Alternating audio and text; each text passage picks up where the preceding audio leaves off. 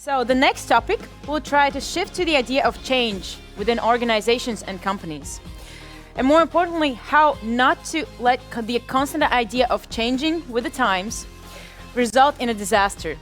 So I will welcome to the stage Ivo Peksens from Cognizant and his keynote, What is a Balanced Organization? Welcome, Ivo. Thank you. Hello. Hello, few people here and most of you online, I hope. And welcome to my short speech about balanced organization. So I'll be standing. I used to do it in a standing manner. I haven't used to be sitting unless it's a workshop. So, all right. There is a poet in Latvia, Jānis Rainis, who has said, "Pastāvēs, kas pārvērtīsies," or the one that reshapes will exist. The question I want to ask myself and you is, reshapes what? How do we know what to reshape? And I would like to invite you to join me and look at this question from the perspective of survival. Okay? So, this is a soccer player. What do you think is this person surviving?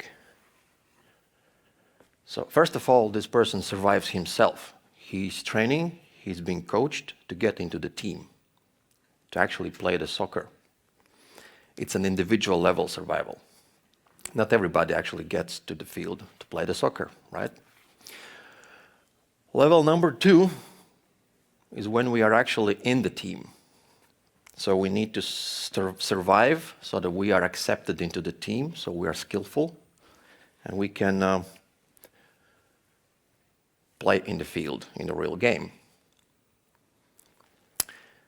The level 3 survival is when we play a real football game with another team.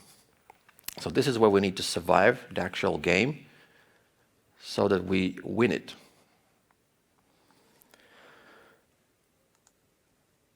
Now the question is, how to act in a mess so that we survive? Mess is always there in the football game because no one can predict what will be the outcome of the game.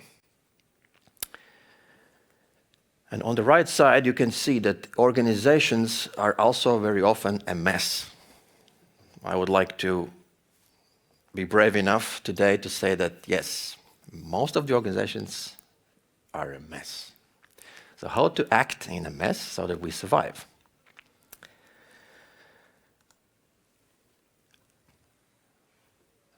So human-based organizations are actually a complex systems. And I would like to a little bit explore this with you. So let's take a look from the human perspective, because all organizations consist of people. And let's take a look at 4 levels, all right? So level 1, it's a simple one. So you're a single person, everything is very simple for you. Let's take an example from real life. When you live alone, or you work alone as a freelancer, individual, it's rather simple for you. Simple for you because you don't need to exchange information, agree, or collaborate. You can survive alone. It's simple. Relatively simple, of course. Couple is always complicated, you know, in English. It's always complicated, right? So 2 people becomes more complicated. So you need to agree, you need to share, you need to understand each other. So it takes some effort, some skill, some experience. Level number 3, it's real complex stuff. So this is where we see teams and groups and families in this example. This picture is, by the way, my own drawing, a quick one, which I did some time ago, and I posted on LinkedIn, and there was lots of comments and likes because I mentioned the author of that Canavin framework. That's not going to go in details today. So this is the complex area. You know, those who are family people very well understand me because I'm a family guy myself.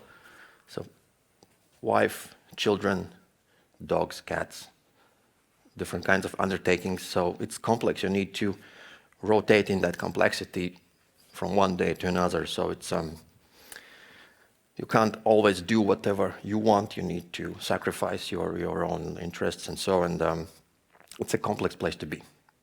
And this is where most of the teams are. And the last one is the chaotic place. It's where the crowd is. Or, if we take an organizational context, it's where many teams are. So, why chaos? Because when a big organization tries to deliver value and produce something meaningful for itself and for the society, it's a mess. It's quite a messy thing. And according to this framework, we can put it in a chaotic quadrant. And the thing here is that it's not only about your company or organization being in a chaos, it's including the market, the context for which this organization is delivering value. Because market is changing all the time, and these days you know very well how products evolve. Everybody wants something different. I want a pink iPhone, I want a black Android, I want this kind of coloring in the car, I want that kind of option. Can you make it this way, or can you make it that way? Basically, it all creates a lots of different demands and requests towards the organization. And to survive, you need to kind of satisfy all these needs, right? And the question I want to ask you at this point is, think about, just for a quick while, where is our organization, or where is your organization? In which quadrant is it actually right now? Probably the answer is pretty straightforward. It's somewhere, I'm not saying where, so you can decide it for yourself. So, next thing, the more complex the organization is, the more, it's actually not very, I'm not used to work with an audience where I don't see it in front of me, but somewhere in the cloud. So cloud, what do you think, what's the answer? What do we need when we are very complex? We need self-organization and self-management. That's what we need. So what is this? On the left side, you can see a picture how birds self-organize in nature. Self-organization comes from nature. So these guys know what to do, how to self-organize to reach its goal. And from Wikipedia, we can take a definition of self-organization. I don't want to read you all of that text, that's why it's grayed out. But basically, I want to focus on the red. So self-organization helps organizations to survive and self-repair. And it discusses self-organization in the sea of chaotic unpredictability. So basically what we can see is that if we self-organize and self-manage in high complexity, then we can survive. It's possible. So now, again, reshapes our organization, self-organization. How? Everybody wants to know how to do it. Stop talking theory, let's talk practice.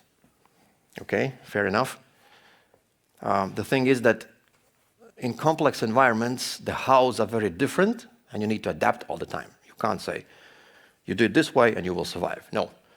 You need to learn to be adaptive all the time in order to build resilient organization in a sustainable way in the long term. So let's take a look into how to do it. A little bit of how today, which is just a frame, just a container inside which you can figure out for yourselves what you want to do. So the quick answer or simple answer of how to do it is by having a balanced look at what's happening. A balanced look at what's happening. And these are the boundaries of self-organization and self-management. Because self-organization needs boundaries. It needs some clear understanding of what's allowed, what's not allowed, what are the limitations. So there are 4 aspects that allow us to look in a balanced way onto what is happening with our organization. And these 4 perspectives are as follows. It's a value right now, which is a reality. What kind of value are we delivering as an organization to somebody, to the customer, to the other organization, depending on type of the business. Value tomorrow, what kind of value we are not delivering today but might be delivering, which are our goals. Then there's a speed and innovation. Speed means that how fast are we delivering the value, and innovation is how are we innovating so that we can have more or new value in the future. So, examples. Value now or reality. It's actually very simple and straightforward, and nothing new is in this world, in other words. It's very simple. It's employees and customer satisfaction. Of course, someone will challenge me saying that it's important to earn money and have the financial aspect. Yes, those things are here. I'm just not talking about those today. Yes, you need to take care of the incomes, revenues, costs, and expenses. That's for sure is there. But that's more of an outcome. That's more of a lagging indicator if we talk about terms of how we measure things in business. So this is more about a precondition for that. So if your employees and customers are not satisfied right now, then most likely something might happen that will prevent you from being in the market or being a well-recognized brand or product or service. So first thing to look at is that current customer and employee satisfaction. There are many ways, we're not discussing today how to do it in details. There are well-known practices, and I'm more than aware that it's a known thing and people do that in organizations, but this is the balanced look, focus number one. Focus number two is exactly the same thing, but in future. So for instance, if we have satisfaction of our employees and customers in a specific way now, then how we would like it to be tomorrow. What's the gap between today and tomorrow? So we need to pay attention on this perspective. Number two. So basically, these two on the top are the kind of drivers. And the drivers in a sense that this is where all the revenue and survival of the organization is coming in. Because people who are satisfied and happy at work tend to deliver better service and product, and those people who are happy receiving that tend to come back. It's very simple. So your organization is actually a very networked one. It's connected to the rest of the world. So having the clear focus on these two and looking after these is very important. So aspect number three is speed, is how we respond to the requests. An example would be a menu in a restaurant. You go into a restaurant, you order a food, and you wait. So sometimes we wait 15 minutes, sometimes we wait an hour and 15 minutes, right? What happens in the kitchen, who knows? But it's kind of a simple example just to get the feeling of what this aspect is. So a time from request to response. And it's not that simple just to serve something. It, for example, could be how long does it take when an idea comes to your mind until it reaches production or the customer? Good question. So how fast can you do that? And aspect number 4, innovation. So in the long term, in order to survive, you need to innovate because others do so or try to do so, and you can be out of the market pretty quickly if you don't do that. So 2 examples, dirty dishes. An example from real life. If you are eating at home and not washing your dishes, but just putting them in the pile, so what happens at some point when you want to eat? You know, more dishes, exactly. Thank you for that. So what do? You wash the dish to eat. So the time for you to take to your meal doubles or triples or whatever, it extends. It's again a simple example from real life, but the question I want to ask here is what's your organizational amount of dirty dishes in your knowledge work or in your product development? So how much time do you need to spend to fix the previous ideas that were started to be developed or maybe not cleaned up good enough, or that kind of question I want to ask. So the other picture on the right is a typical calendar of an employee. So what do we see here? We see that every day we have meetings from morning to evening. Of course, it's important what happens inside those meetings, but if we don't have time to think, we cannot innovate. So the question here is how much or how many meetings per day or per week do you have? And what happens when you travel from one meeting to another? So probably you felt that yourselves, that sometimes you end one meeting and you enter the other one, you are still in the previous one. And something is happening and you're still in the previous meeting, but you're not here.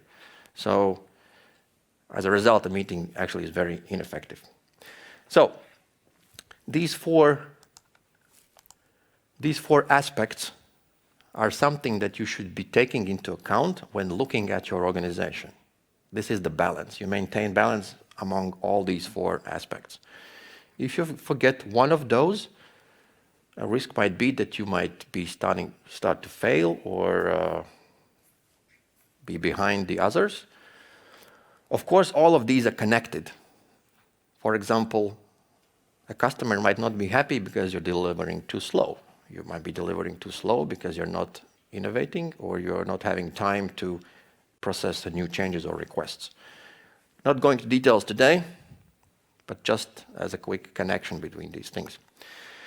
So now the question is how often to look? Every day, every minute, every year? Probably not every year, not every minute, but as often as it makes sense. And as often as it makes sense to you, to your context, to your people, to your organization. So the QR code you can just open up, will guide you, will lead you to some place, which is called Scrum. And as an Agile coach and Scrum Master, before that, I can only recommend this as a nice frame or nice construct, as sometimes we used to say, how to think about this way of doing things in your organizations. Or in other words, to simplify this, if you look, share, think, and decide together, then survival is guaranteed. That's what Scrum is about. You do it as a team, not as an individual.